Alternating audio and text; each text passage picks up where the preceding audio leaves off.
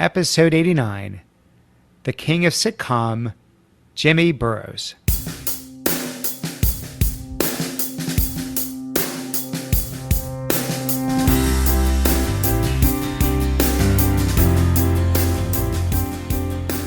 Welcome to The Art of Excellence, a show about people doing extraordinary things in their lives.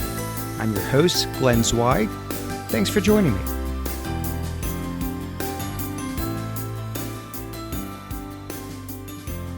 My guest today is Jimmy Burrows. Jimmy has directed more than 1,000 episodes of sitcom television and has earned 11 Emmy Awards and 5 Directors Guild of America Awards. In 1974, he began his television career directing episodes of The Mary Tyler Moore Show, The Bob Newhart Show, and Laverne and Shirley. He became the resident director on Taxi and co-created Cheers, directing 243 of the 273 episodes, as well as all 246 episodes of Will and Grace. He has directed the pilots of multiple episodes of Frasier, Friends, Mike and Molly, the pilots of Two and a Half Men and The Big Bang Theory, and hundreds of other shows.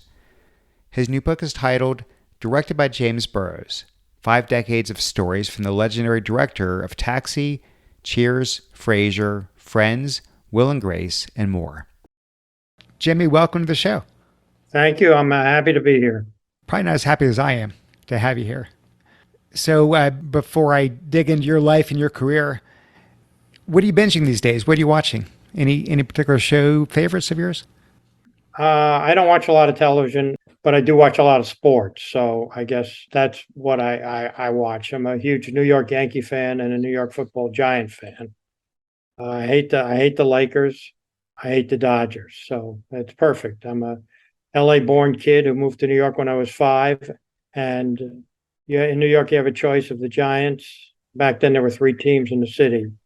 And I chose the Yankees as opposed to the Dodgers. So I still hate the Dodgers. I kind of like the Giants. And I don't watch a lot of television. I love Curb Your Enthusiasm. Yeah, one of my favorites. It makes me laugh really hard.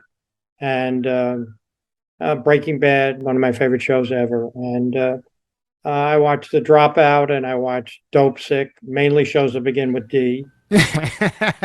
Dope Sick was good. Why do you generally not watch a lot of shows? Because that was one of my questions was going to be like when you're watching a show, or at least when you're watching a sitcom, is it easy to just watch and sit back and laugh, or do you find yourself sort of, critiquing the dialogue and the camera angles and, I might have done it, this way or that way? Is that part of the challenge, or is that not a challenge? You can just sit back and enjoy yourself. There are very few multi-camera sitcoms on the air now, so there's not a lot for me to watch. I'll occasionally sample them to see what's going on and see where the industry is, but now there's only like 2 or 3 choices. Yeah, maybe 4 now. The Connors is a multicam, which I do enjoy. I do like that show. I like the style of that show and how everything is kind of thrown away. But I just, it's a busman's holiday for me, and I like to fly. Just to clarify for the audience, so when you say multicam, this is the sort of quote-unquote traditional sitcom going decades back where you film it in front of a live audience. You typically have one set or maybe a couple sets, as opposed to a single camera where there's no live audience, there's no one set, like a Curb Your Enthusiasm, as you point out. Right, yeah. Because one of the things I was wondering about, given that you built your whole career off of multicam, is that because of your upbringing in the theater and your love for a live audience, or is there some other reason you never wanted to go the path of single cam or movies or other kinds of directorial experiences?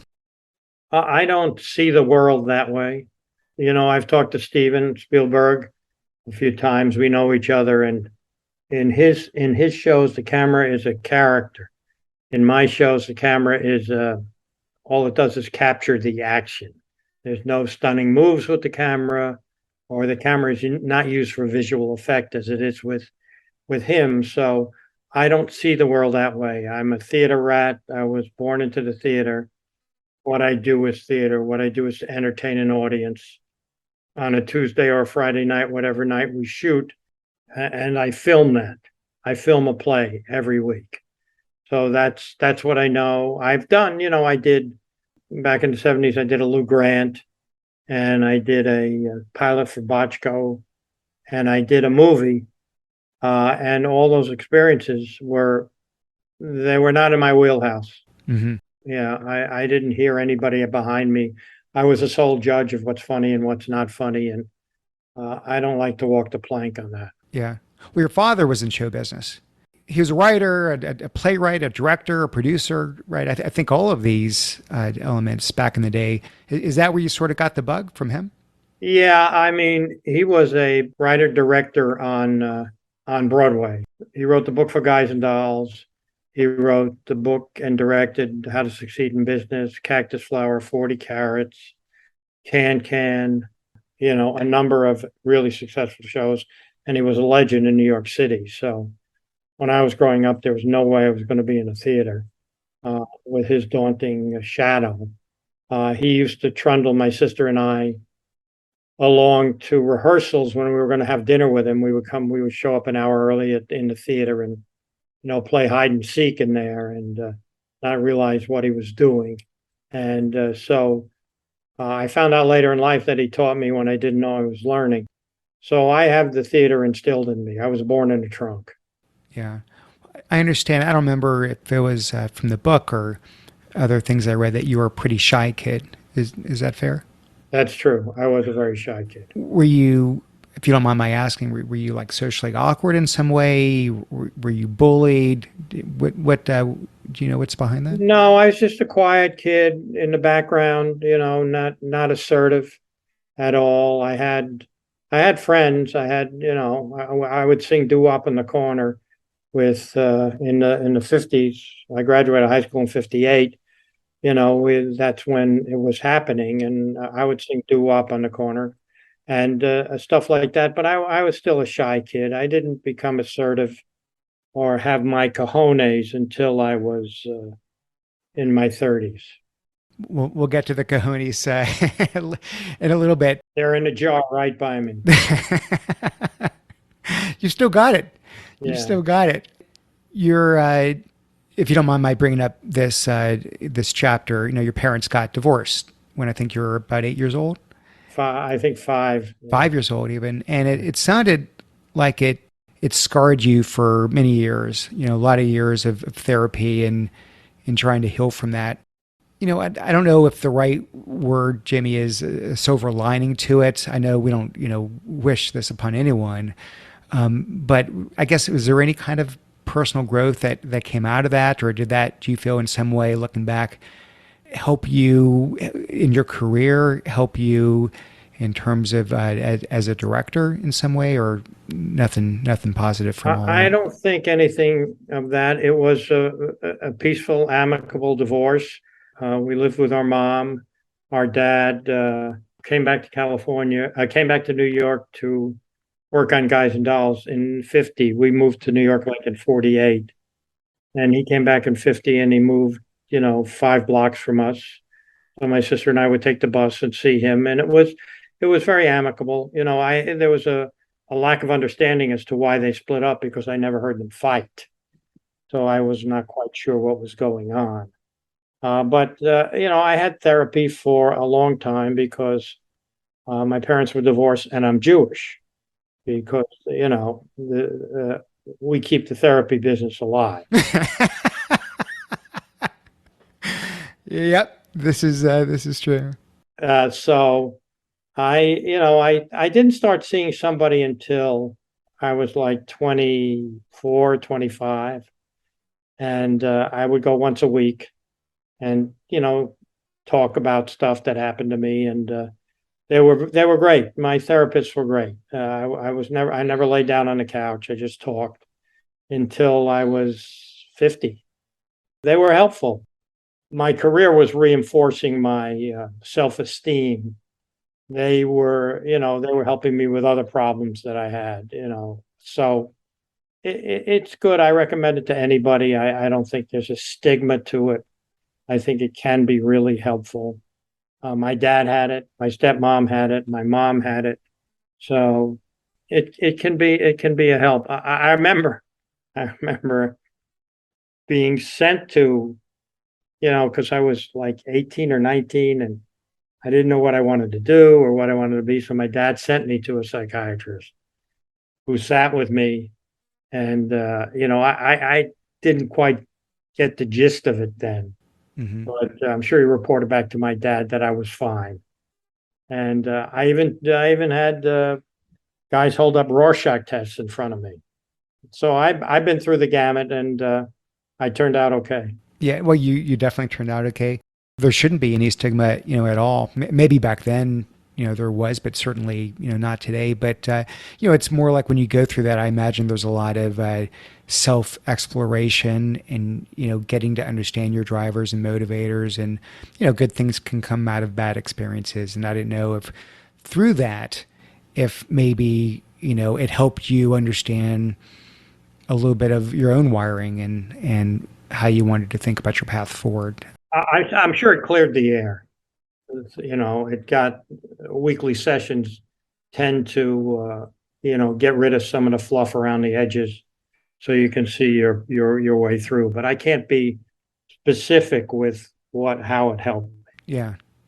Well, you mentioned, how your father cast this really big shadow and, had set this bar so high that you almost can't possibly compete. So you were, determined not to follow in his footsteps, but that's sort of exactly what you did, at least early on. Yeah.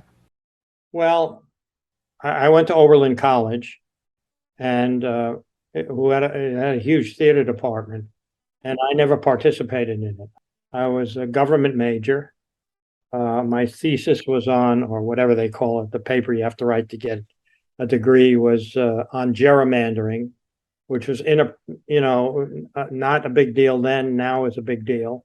And if you ask me about gerrymandering now, I can only tell you that they carved a district out that looked like a salamander, and a guy named Jerry was the guy behind it. So that hence the term gerrymandering. So that's how much stuck with me. And when I got out of college in '62, the Vietnam War was happening, and I didn't want to go there. So I went to the Yale School of Drama. I was a playwright. And if you read any of my work, you'll say, what? And I got exposed as a student at the Yale School of Drama. You have to take acting, directing, writing, design, and stage management. When I got into the directing class, it was run by a guy named Nikos Sakaropoulos, who was the founder of the Williamstown Theater and a professor at Yale. And I said, oh, I kind of see that's what a director does. Yeah, that's what my father used to do. So I was able to, fit a few of the pegs into the holes. So I graduated, but I still had to take a physical for the Army, which I flunked, I think, because I was too funny. And so I was out at the Yale, and I needed to get a job. Yeah. Because of my dad, he knew a couple of people in the business, and I got a job driving a truck for a summer stock tour company. So they had 6 or 7 music tents, and I would be in charge of the scenery of My Fair Lady. That was the show they were doing.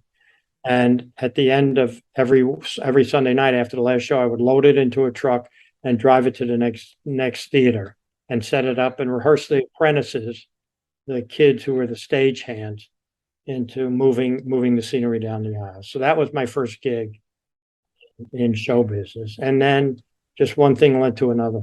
Yeah. Then you start, I think, directing theater for some number of years. And then I love how you navigated the pivot from plays to television. You were enamored with the show, The Mary Tyler Moore Show. And of course, half my audience right now is like, "Oh wow, I remember that." And the other half, who the hell is Mary? All right, but I remember it. She was Rachel in the early '70s. Just tell them that. Okay, the Rachel of the '70s, and you had the gumption. I love this to write a letter directly to her and ask for a job. And she gave you one. So you basically created your own first big break into the business, as I It's the understand. only initiative I ever took, literally. It's all you needed. That's all. But I don't recommend that, anybody writing a letter to Jennifer Aniston now. There is a history with Mary. One of my second jobs was I was an assistant to the assistant stage manager on an ill-fated musical called Breakfast at Tiffany's that my dad wrote. And it was not his best work. It had two stars from television. It had Mary Tyler Moore, Laura Petrie was coming to the theater, and Dick Chamberlain, who was Dr. Kildare, was the male star. So I was in charge of these two Hollywood stars who were coming to New York to be in the theater their first time. So I was their guide. I would lead them to their entrances. I would make sure they had food when they were rehearsing, and I make sure they had lunch. So that was my job. So we went out of town. We had a big advance because he had Laura Petrie and Dr. Kildare. David Merrick was the producer, who was a hot producer back on Broadway then. And he decided that he didn't like the show. So he fired my father from writer and director, hired a man known for his musical comedy ability, Edward Albee, to replace my father, and Joe Anthony to replace him as director. And I said to my dad, "Can I stay on the Titanic?" And he said, "Sure." So I stayed on, and they opened in New York for previews with Edward's script, and they were literally hooted off the stage. There was, the audience was talking back to them. It was so horrible. So Mary would come off at the end of every scene that she was in and collapse in my arms crying because it was so painful to be jeered and talked back to in the theater. So we formed this bond. I was there for her. And so because of that, I knew in writing a letter to her that, she would be responsive one way or the other. She wouldn't throw it in the trash. So I wrote a letter, which is in my book. And about 2 weeks later, Grant Tinker, her husband, who ran her production company, called me and said, "We're very interested in theatrical directors. Would you come out to California to do one show?" And there it began. And there it began. So you had all this theater training. So I'm sort of curious, how directing a sitcom in front of a live studio audience differs from directing the theater. Like, was it pretty close proxy, or did you have to unlearn a bunch of stuff and start from scratch? No, I had to learn. I knew how to talk to actors and I knew what's funny, but I had to learn the technical aspects, which is the cameras. You rehearse for 3 days with the actors, which is a theatrical experience. You block them, they rewrite, the writers rewrite, you block them again, they rewrite, and then you're set for the cameras to come in. So you have 3 cameras covering the action. So you have to learn the movement of the camera. So I observed for about 4 or 5 months. Mm-hmm. And I got a mentor by the name of Jay Sandrich, who was, to me, the best sitcom director ever. He was, he did 3/4 of the Mary Tyler Moore Show. He did all the soaps. He did the majority of the Cosby Show. Jay was amazing. And so he took me under his wing and taught me all the technical stuff I needed to know. And so that was what was required of me, to learn the technical stuff. Talking to actors and deciding what's funny, I knew about that. You mentioned how when your dad was directing theater, he'd sometimes go behind the set so he could just focus on the dialogue, and that you borrowed some of that technique, which is just closing your eyes and listening to the rhythm of the comedy. I found that really fascinating. Can you talk about that a little bit? My dad, when he was doing straight plays, not necessarily musicals, when he was doing straight plays, or if there was a scene in a musical where there was no songs or dancing, he would walk behind the sets and he would listen. He would listen to the rhythms. And if he would hear a pause, he knew nobody was dancing, so he knew he was in trouble. So that's how my dad heard that. And when I was doing sitcoms in the early days, there was no video assist. In other words, you blocked the cameras around the actors. You had to look in the lens of each camera every time they went to a different mark to make sure the shot was right. But during the show, you couldn't look through the cameras because the operators were looking through it. So I would sit there and I would listen and I would hear the rhythms. And sometimes I would close my eye. I might close my eyes. And then sometimes if an actor's on the way to a joke and he screws up the line on the way to the joke, I go, bop, bop, bop, bop, bop, bop, bop, like that to stop him before he gets to the end of the joke, because 90% of humor is surprise. So if the audience knows what's coming and he doesn't say it right, they're not going to laugh.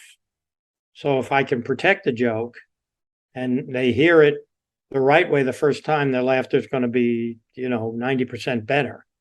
So that's what I do. If you talk to any actors I've worked with, they'll hear me go, bop, bop, bop, bop, bop, bop, back it up, just to protect. So those are some of the things I did. And now we have video assists, and I can sit in front of four monitors, and I can see what my cameras have. And occasionally I'll close my eyes and stuff like that. And it's interesting because my work in the early stages, like in Taxi, you can see there are some camera moves that were some camera mistakes that have to be cut in the show because I had to rely on the operators, and the operators didn't tell me they were late for the shot. So they still have to be cut into the show. And in the last scene of Cheers in the first season, when Ted and Shelley are fighting, there's a shot of Ted when he's really angry, and it starts a little bit wide and zooms into him. That was not by design. I wanted the camera to zoom to get there earlier, but he was late, but it was still in the show. But now, because of video feed, I can see when the mistakes are made, and I can back it up and make sure the cameras are impeccable. But back in the old days, if you watch some of my shows, you see moving cameras when the actors are not moving, but it still worked. But I still sometimes will, especially in rehearsal, I'll close my eyes when I'm not dependent on cameras. I think it was in the foreword to your book, Glenn and Les Charles, I think they wrote that. And they said that you've got the perfect temperament for TV directing. You don't lose your temper. You're patient. You've got low ego, and you know how to encourage others. This is coming from a place of, ignorance on my part, but I would think those would be successful ingredients for any director, whether TV or movies, theater of any sort. Is it something in particular with a sitcom that makes that so important? No, not really. It's just the way I operate. My dad operated with kindness. I operate with kindness. We're all in a lifeboat in a show. I'm the coxswain, and they're all rowing, and they have to all row together. Nobody can drop their oar because of their ego. They have to, they have to do that, and they have to pull equally with everybody. Nobody's more valuable than anybody else, and I just do it with kindness.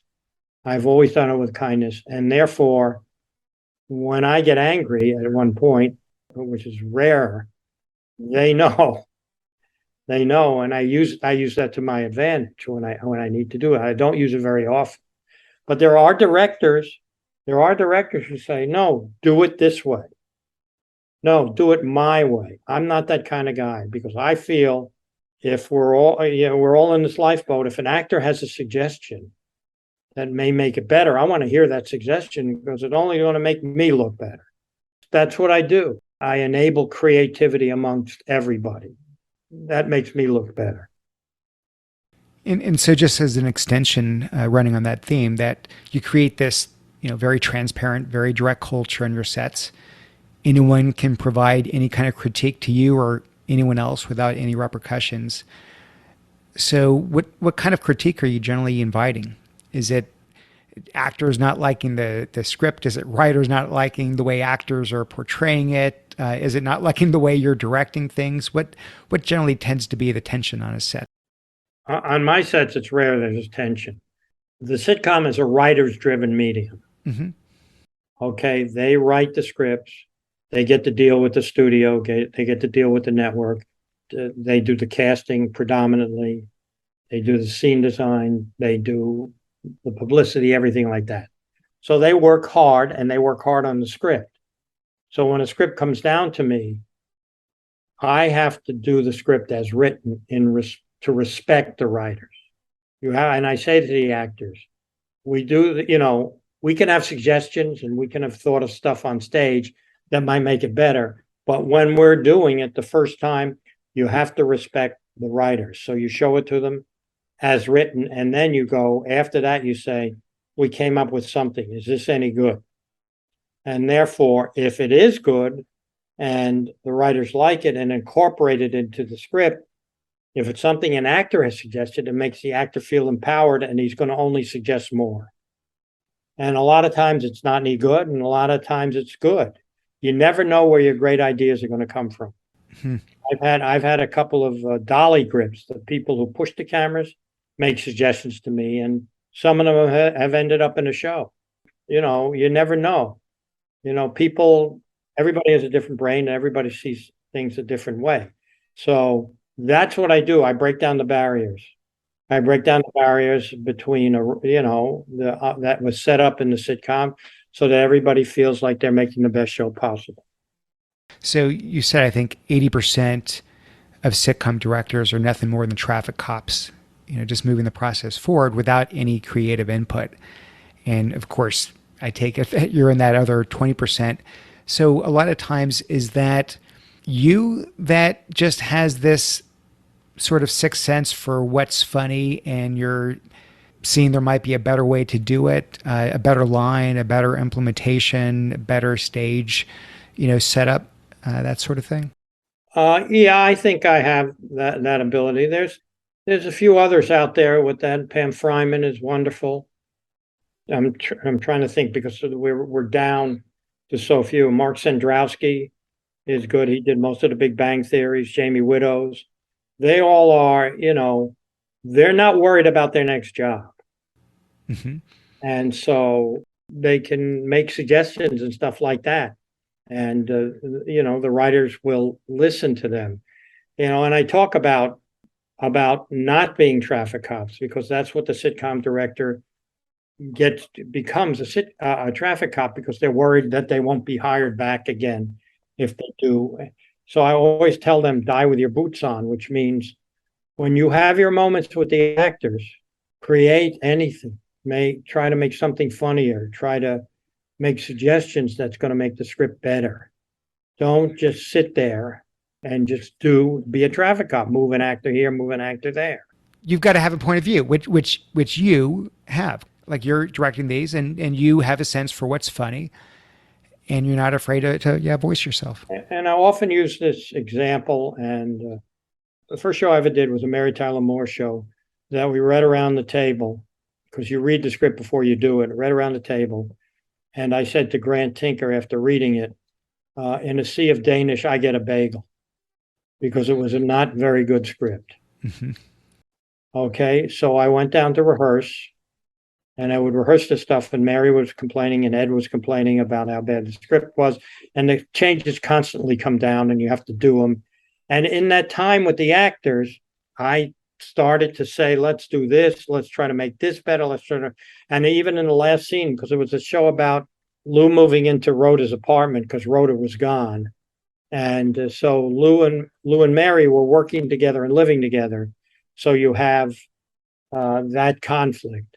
And the last scene was he moving out of Rhoda's apartment. I said, let's have suitcases packed and let's sit on the suitcases like they did in the cherry orchard. And let's talk about, them going to Moscow. And I have no idea where that came from. It was just an image I had in my head. And I was walking to shoot the show, and Mary came out of her trailer and said, we feel our investment in you has worked out. So I did a show. It became a C+ show. And then I got Newhart's, because Newhart was produced by MTM and Paul Sands and Bob Cranes and Rhodas and Phyllis and stuff like that. The same year, there was a new director who came in and did a show that the show won. They put it up for the best comedy, and it won best comedy that year. This was a first time director. He was never asked back, and I was asked back. So in those moments of desperation in the show I did, I died with my boots on, or I lived with my boots on, because I just did not settle for, just doing what was written. I tried to create stuff. Well, let me ask you, has there ever been a situation where it's just not clicking?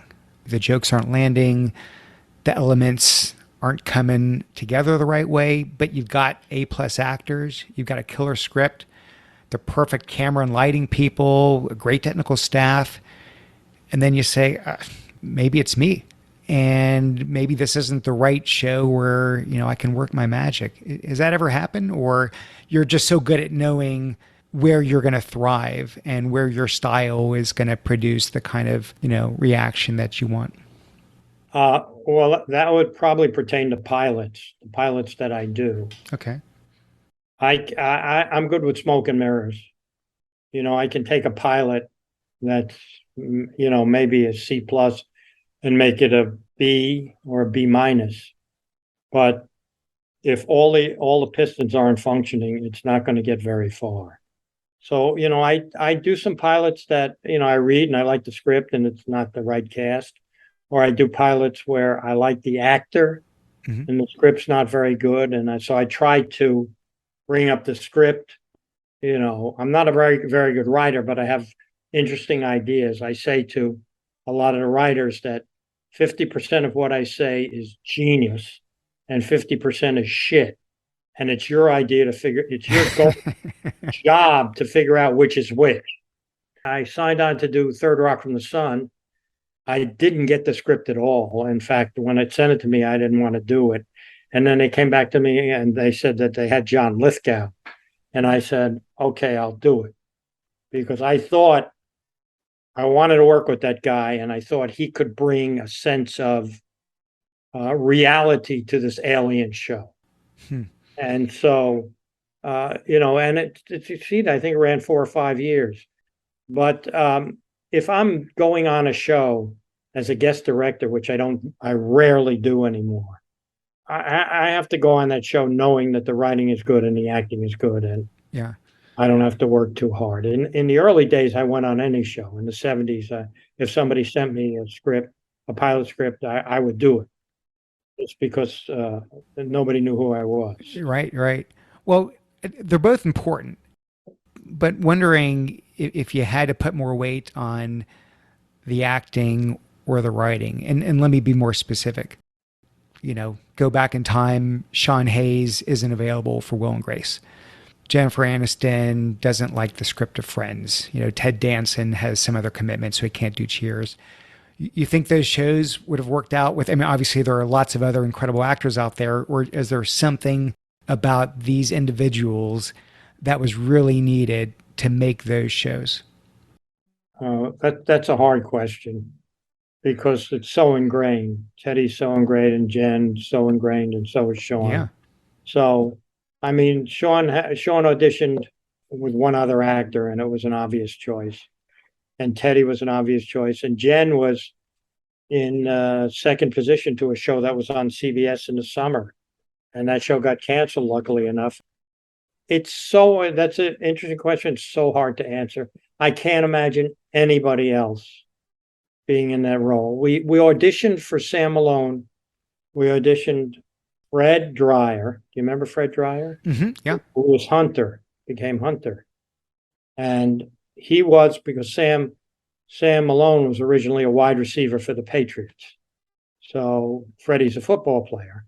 Well, and he had, he didn't have the acting chops to do it. And then we auditioned William Devane, who was wonderful as Sam. Wonderful. He was an older Sam. So the romantic dynamic didn't work as well with him. So would it have succeeded as much with Bill Devane as Teddy? I can't answer that, but I know it went through the roof with Ted Danson. It's a hypothetical. I know it's impossible to answer, but Cheers was one of my favorite, probably to this day still, I'd say my favorite sitcom ever. But one of the things that really impressed me with that show, and this is going back to this point about actors versus writing, is how you were able to replace some of these really, really important, show-defining characters without skipping a beat. The actor playing Coach had passed away, I think, and then you brought in Woody Harrelson. Different role to play, in the bar, but he comes in. He was amazing, right? And then Shelley Long takes a hike to go do movies. She played Sam's girlfriend, of course, Diane, and you brought in Kirstie Alley. You created this franchise that, to me, felt like it transcended any individual. That doesn't mean that Ted Danson, maybe that would have ended it, but these other characters were pivotal to the show, and you somehow found a way to keep changing and morphing it, and it just kept getting more and more popular over the years. Well, Teddy did end. Teddy didn't want to do it anymore. Mm-hmm. And so we didn't want to do the show without him. But, Sam and Diane drove that show the first 5 years. They were a juggernaut. In fact, Sam and Diane now is in the vernacular of comedy writing. People talk about trying to do a Sam and Diane relationship. When Shelley left, and she told us she was leaving, we were devastated. We were devastated because, they were the piston driving the show. So we literally went back to the original conception of the show. When we were pitching the show amongst the three of us, the Charles brothers went off to write the script. The original version was Sam working for a woman, a Suzanne Plachette type woman, a real tough woman. And the boys went off to write. And when I came, when they sent me the script a month later, they had created this incredible character of Diane Chambers. And so, we did the Cheers with Diane Chambers. It was great. And then when Shelley decided to leave, we went back to our old idea. And we thought that was an interesting way. We didn't want to hire another waitress. We didn't want to have Sam in a relationship with a woman. So we did Sam working for a woman. And our casting director, Jeff Greenberg, came in and said to us 2 words, Kirstie Alley, once he read the script. And nobody knew about her. I had seen her play Maggie in Cat in a Hot Tin Roof at the Mark Taper in California. So I knew she had stage presence. So she came in to read. She walked in that room, and the three of us went, boo-ah, because she's so striking. And that, in fact, is how Sam Malone greets her. That was Glenn Charles, literally. I wish I could say I said boo-ah, but Glenn said boo-ah when she walked in the room. And we auditioned, because you never buy the first house you see. We auditioned a couple other people. Nobody came close to Kirstie, so we hired her, and the rest is history. With Coach, when Nikki passed away, we were in the NBC lineup, the killer lineup of Cosby, Family Ties, Cheers, and Night Court, I think, then for a while, eventually was Seinfeld. There were a number of shows after. Family Ties had Michael J. Fox, who was the breakout star. So we said, we got to go younger. So we found Woody. Literally, the character's name was Woody, and Woody walked in the room. And he blew his nose, and everybody started laughing. He read with Teddy. He left the room, and everybody went, oh, my God. If you back up, though, to when the show first launched, it bombed. I think at one point, dead last in the ratings. Thanksgiving night of the first year, yeah. So did it just take time for the audience to fall in love with the characters, or did you have to rework the show, rework the script in some way? No, we never. The boys wrote a lot. They wanted to write the best show possible, so they would rewrite until they got it right. And the audiences loved the show that came to see the show. But in television, as opposed to movies, it takes a long time to get the word of mouth out. People don't call one another and say, oh, I saw the show last night. You run into somebody in the supermarket, you mention the show, that person goes home, maybe he runs into somebody else that I saw the show. So it takes a while. movies, there's so much advertising when they come out that people either see them or they don't. So it took a while. It took a while. And then we were opposite Simon and Simon, which was the lead out of Magnum PI. And Tommy Selleck was a huge star then. Mm-hmm. So people watched those shows instead of Cheers. And in the summer, when Simon and Simon and Magnum PI would rerun, people started watching Cheers. In fact, one week in July, we were the ninth rated show because people had seen all the other shows. And there were only 3 networks then, so there weren't as many choices as there are now. So that's when people started watching the show. The second year, we did much better in the ratings, and the third year, Cosby came on the air, and the rest is history. You know, one of the things I remember liking about I mean, it's incredible dialogue and the characters are amazing and all this, but you had all these people from dramatically different walks of life coming together. A mailman, a professional, former professional athlete, a psychiatrist, and they're all coming together here for this shared experience in this watering hole. So is that just me? Am I reading too much into this, or do you think that was in some way some of the appeal? Do you have any thoughts on that? Yeah, I mean, the 3 of us were on the Charles Brothers and myself were on Taxi together. We were, I was the director and they were the writer producers. And the Taxi Garage was a place that people wanted to get out of. So when we talked about doing a show, we wanted to do a show that was the complete opposite, a place that people wanted to come into.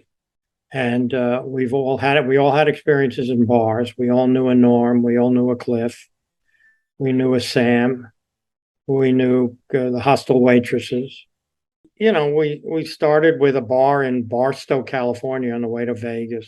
Actually, we started with we wanted to do a show about a hotel because we're fans of Fawlty Towers. And then we said a lot of it would take place in the bar. And then let's do a show about a bar. And we were all sports fans. Let's do a show about a bar in a rabbit sports city. And then we just did that. And then we decided we wanted to do a show with an evolving relationship, Tracy Hepburn kind of relationship between 2 people. So we put those 2 elements together. And we were careful in designing the set of the bar to make it warm and welcome because bars are frowned upon in a lot of places. And we had a kind man behind the bar. He had the windows into the show. His eyes are how the audience saw the show. When he talked to Cliff, he liked Cliff, so you liked Cliff. He liked Norm. He liked Carla. He tolerated Diane. So that was, that was what brought people to the dance. Plus, it was really, really funny and poignant and dramatic at certain moments. So that one, you went from the pilot to then directing, I think, most of the shows, right? Yeah. Over several seasons, like a couple hundred shows or a few hundred shows. I think I did 240. 240, not to count. But then you have a show like Friends, which you did the pilot. And I think from what I read, you had a pretty good sense that was going to be a huge hit as well. But I think you left during the second season or after the second season. Why did you walk away from that one? I did a total of 15 shows. I did a lot the first season. But I also had a production company then that had 2 or 3 shows on the air. Mm-hmm. So I had to be able to spend my time working on those shows to try to make them better. And if I had done Friends, I would have felt guilty about that. I would have loved to have done those shows because it made my life so much happier. The Friends show was so well written. The kids were my kids. They still call me Papa. The audience reaction was through the roof. So that's the kind of show I like. I had that on Cheers. I had that on Taxi. I did all the Will and Graces because it was incredibly funny and it's so rewarding for me to hear an audience laugh. And laughter, as Norman Cousins said, adds years to your life. So I would have loved to do all the Friends, but I had commitments to the shows that were coming out of my company. So that was important to me. Is it true that you passed on Seinfeld? To my best, Brandon Tartikoff showed me that show.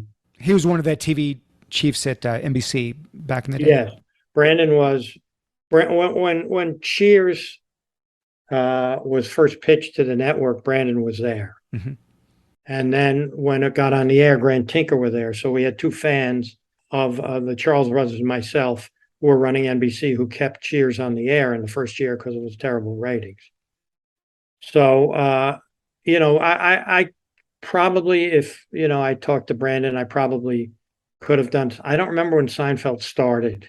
I didn't get it in the beginning, and the show evolved because Jerry was doing his commentary in the beginning, and then he didn't do that anymore. So yeah, their show. I passed on Designing Women too. So in terms of when I'm sure over the decades you've been shown God knows how many, hundreds and hundreds, if not thousands of potential shows. When you read a script, are you able to just off the script visualize how it all comes together in your head? Like you can almost hear the dialogue and the laughter. When I read a pilot script, the first thing I do is look at the quality of the writing. That's the first thing. I want to know that this writer has quality because that's the kind of show I do. Secondly, I look at is it funny? And then if I like the script, I'll meet with the writer. I want the writer to defend himself, not be defensive. If I say, I think this could use a tweak here, he can say to me, no, I did it this way because I think it'll work out this way. But if he says to me, no, we're going to do it that way, I can't work with a defensive writer. I have to work with a writer who's willing to listen to me. Again, 50% of what I say is good and 50% is bad. But let me say it and let's try it. So that's I rarely look at the idea. The idea is never important to me because it's the execution of the idea that's important to me, Right. not the idea. I've done high concept shows. The most high concept show I did was Third Rock from the Sun. I did it because of Lithgow. The second high concept, and it's not as high, is Will and Grace, which is a show that has two gay characters in it, which is not your ordinary sitcom. So I did that one because Max Muchnick and David Cohen had written this wonderfully tender, really funny script that just so happened to have two gay characters. It was not about them. It was about a relationship, in essence, a relationship of a man and a woman that loved one another and couldn't consummate it. And a few ancillary characters that were interplanetary, but really funny and justified by the core relationship of Will and Grace. So that's what I look for when I'm reading a pilot script. It wasn't about that. I get it. You're just wanting a good show that comes together in the right way and takes the audience's mind off other things and have a few laughs. But I mean, let's be honest, it definitely broke ground, back in the day, having two openly gay characters in a show. And I think it was 2012 when I think it was at the time Vice President Joe Biden was asked about same-sex marriage in an interview. And he said, I think Will and Grace probably did more to educate the American public than almost anything anybody has ever done so far. People fear that which is different, and now they're beginning to understand. Again, I get the intent wasn't to make a statement, but those are pretty powerful words. Like, how do they make you feel? Oh, it made us feel great. In fact, I went to see Hamilton in New York, and the then vice president was there, and I went backstage because I knew Tommy Kail, and Tommy Kail introduced me to the vice president, and he told me the same thing. We never set out to do a show that proselytized. Those kind of shows I leave to Norman Lear, who's my good friend and did it brilliantly. We just set out to do a show that was funny and just happened to have two gay characters. So in essence, we backed into this thing because what we were doing, we were teaching the country while they didn't know they were learning, which is what my dad did with me. And the greatest example I can give you is that when Will and Grace was on, it was on Thursday, and I drove carpool on Thursday, and for my seventh grade daughter, and I would pick up the kids. There were four in the car. I'd pick them up, and I'd pick up the last kid, and it was a 10-minute drive to school. And invariably, one of the kids in the car would say to me, "What's on Will and Grace tonight?" And I knew that those kids were exposed to gay people before they knew that there was a stigma about gay people to some, in some corners of the world. And they were okay. So I had the sense that this show was proselytizing in a strange way, or educating in a strange, or dare I say, grooming, that horrible word, grooming the American public to be more acceptable. And we occasionally did gay themed shows. We did, about conversion therapy. We did a couple of shows about that. Where we had Jack had a grandson who was sent to a conversion camp, and Jack had to tell him that you're okay. You're just like me. You're going to be fine. We did a couple of shows like that, but never really dwelled on a gay storyline. Right. Well, but these days, with 1,000 streaming choices and tens of thousands of shows, you can really microcast in a way where all you have to do is capture, a very defined niche audience.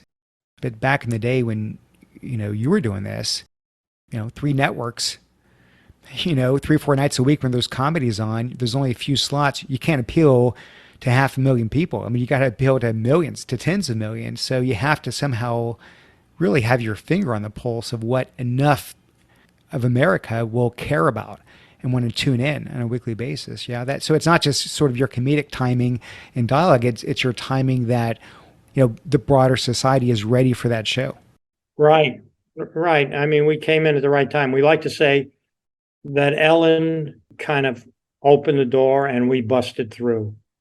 It's true. Back in the 70s and 80s, you only had 3 networks, so you had to have mass appeal. Now you can have a niche show, and that's why there are 500 shows on the air. And if you individually put those shows on a network in the 70s, 98% of them would never make it because they don't appeal to that mass audience. And especially in the comedies, I like to say that in the 70s and 80s there were 3 networks and 30 great comedy writers. Now, with the streaming and everything like that, there are 500 networks and 30 great comedy writers. Yeah. Yeah. So there are people who are writing comedies who wouldn't be on if there were 3 networks. There are a lot of incredible directors that they come out of nowhere. They're crazy hot for a few years, for a decade, and then they, sort of fade to black. And it just, your longevity in this business is just really remarkable, to be at the top of your game for that number of years. But, over those years, demographics are changing, audiences are changing, tastes are changing. So over these decades, have you had to adapt your directing style in some way to stay relevant? Where you find the same playbook gets to be reused over and over and over? Well, the basic tools that I have are those basic tools. My sense of humor, my ability to create funny business, my ability to help a writer, that stays the same. I haven't changed that at all because that's the essence of comedy. You got to make them laugh, and my way of making them laugh is not necessarily a slapstick way. It's a way of creating a homogeneous cast who like one another, dare I say, love one another, and that'll come across the screen. I've done it with a number of shows. I've been lucky that somehow the right shows came to me, but I haven't changed my style at all. I've grown more emboldened in the 70s when I was starting out. I played by the rules. Now those rules are my rules. Yeah.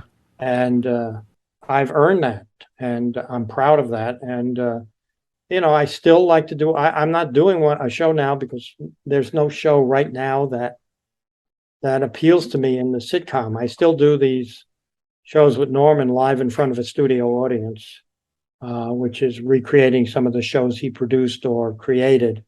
The last one I did was Facts of Life and Different Strokes, and it keeps my comedy juices flowing, because I get to work with these people.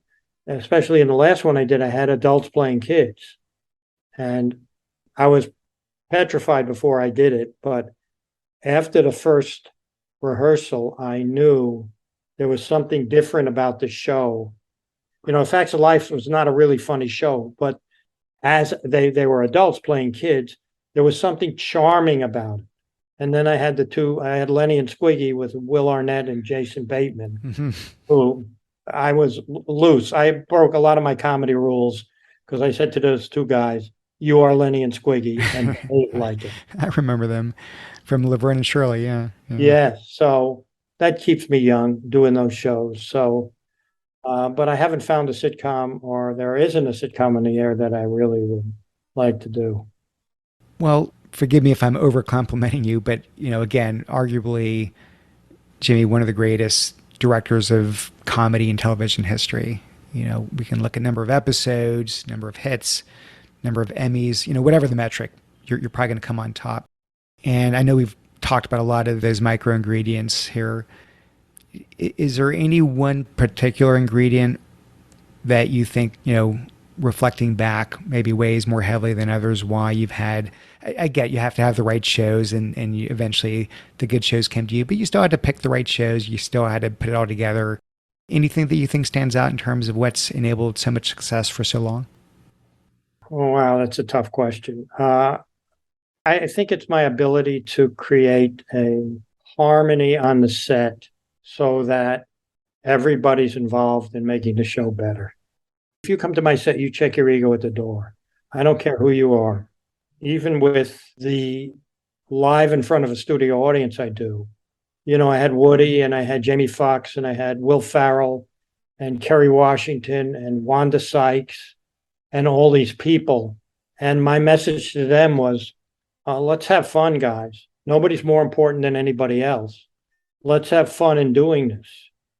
And I remember a speech I made to them just before we shot it live. And I said, just remember, this is a once in a lifetime experience. You'll never have it again. Go out there and enjoy. And there was no star. There were stars, but there was no star because you can't be a star on my set. Everybody has to be. So I think it's my ability now to, when a person comes with a big ego, knowing that they're not going to get away with it on my set. You have to be part of a group. And there's some shows I did that flopped with the same homogeneous because it was writing or some of the casting wasn't right or it was the network didn't like it or something like that. And some that have been huge successes. So I think that's my gift. It's worked sometimes, and I can show you a lot of pilots that I did that never got on the air and never even sniffed the air, never got out of the cellar. If you do enough of them, you're gonna turn out with a couple of really big hits, and I've been lucky enough to have that. Yeah, more than a couple at that. The podcast you're on here, Jamie, is called The Art of Excellence. And I love to hear how guests might define that word excellence. When you think of it, what does it mean to you? I'm honored that I'm on a show called The Art of Excellence. And it's to try to be the best you can be in your particular field. And hopefully Glenn will call you and say, be on my show. I think I've had an excellent career. And I look forward to a couple of more shows coming down the pike. So do I. And I know what you're thinking. Yes, I am happy to throw my hat in the ring. I don't even have to be the main star. Just put me in the corner somewhere. Give me a few lines. Absolutely. your shows have been magic. I've watched and adored many of them, and just a real honor to have a chance to sit down with you and get to know you. So thank you so much for doing this, Jimmy. I appreciate it. I've had an excellent time.